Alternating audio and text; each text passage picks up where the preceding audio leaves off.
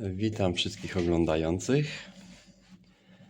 Tak samo jak tu już widzicie, postęp prac idzie do przodu. Zrobiło się ciepło na dworzu, tak więc częściej przebywam tu w warsztacie i ten mój przyrząd pomiarowy już tak to wygląda. Tak to będzie.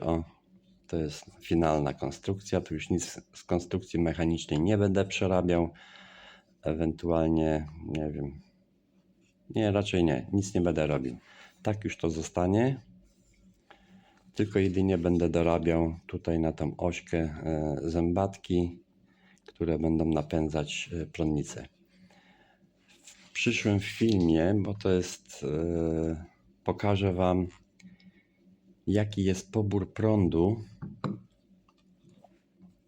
bo w pierwszej kolejności tutaj mam już tu właściwie przygotowane wszystko i w pierwszej kolejności zrobię jako miernik prądu, poboru prądu.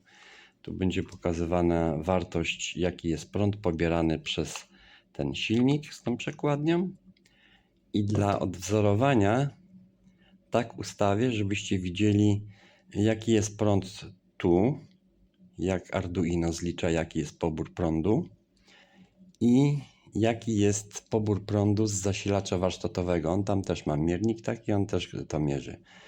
I zobaczymy, czy te wartości tu będą się pokrywały z tamtym. Czy tu będzie większy prąd, a tam mniejszy, czy na odwrót. Tu będzie mniejszy pobierany prąd, mierzony po prostu, że niby mniejszy jest, a tam będzie większy. No i moduł, który ja tu zastosowałem do pomiaru prądu, jest to ACS 758.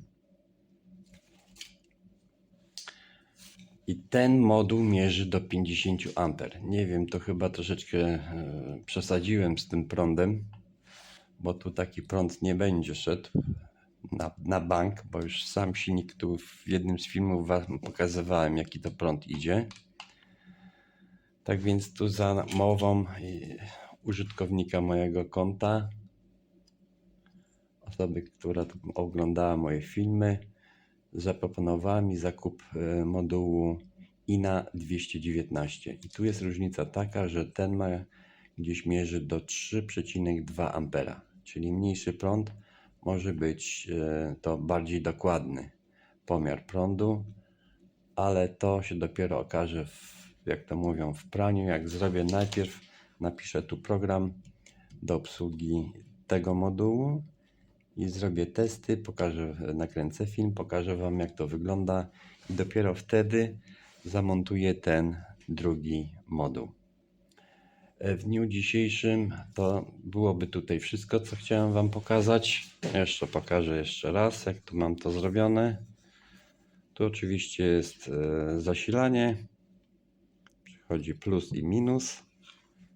Tak to wygląda. Tam jeszcze widzicie w środku przekładnia z silnikiem. Tu jest tak przykręcone do czołówki. Tym załączam, tym będę załączał napięcie, które będzie szło tutaj na ten silnik i wtedy w momencie tu załączenia będzie odczyt prądu.